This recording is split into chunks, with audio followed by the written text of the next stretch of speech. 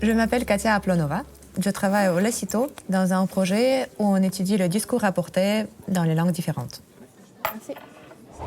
Il existe une idée qu'en Russie ne vivent que les Russes qui parlent le russe.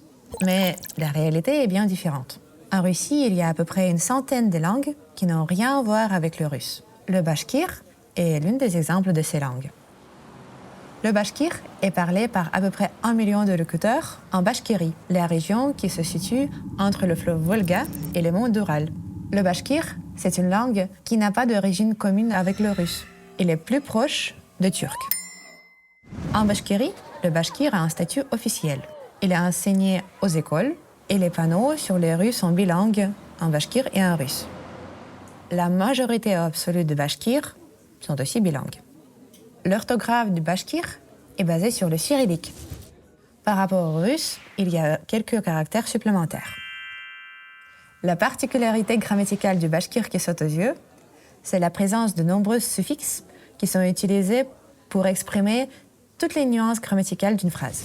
Par exemple, je vois mes enfants donnera en bashkir balalarımdı, où bala correspond à une racine enfant, lar correspond à un suffixe de pluriel, correspond à un suffixe possessif qui est exprimé directement dans le mot et pas comme un mot séparé, et di correspond à l'accusatif. Au niveau phonétique, il existe une harmonie vocalique, typique pour les langues turciques. L'harmonie vocalique, c'est la profondeur avec laquelle on prononce des voyelles.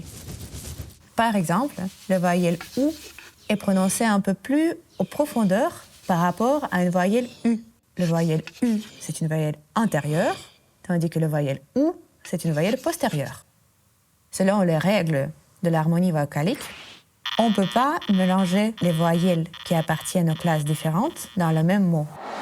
Dans le mot balalar et keşeler, les enfants et les adultes, on a un suffixe lar et ler, qui sont les deux les suffixes de pluriel, mais dans balalar, ce sont les voyelles postérieures, tandis que dans keşeler, ce sont les voyelles antérieures. L'ordre des mots dans une phrase simple est sujet-verbe. Bala yırlay veut dire l'enfant chante. Si on veut ajouter un endroit où l'enfant chante, on peut le mettre partout dans la phrase. Uramda bala yırlay. Dans la forêt, l'enfant chante.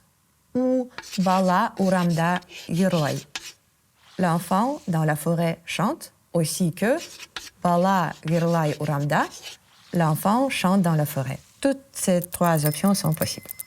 Si dans une phrase, il y a un complément d'objet direct, il est placé devant le verbe. Min balanı gördüm, je, l'enfant, vois, veut dire je vois un enfant. Moi, j'ai commencé à travailler avec le bashkir quand j'ai été étudiante. J'ai fait mon premier terrain en bashkirie.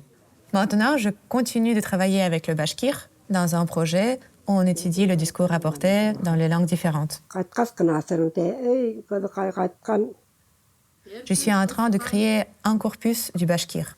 Un corpus, c'est une collection de textes sur une langue.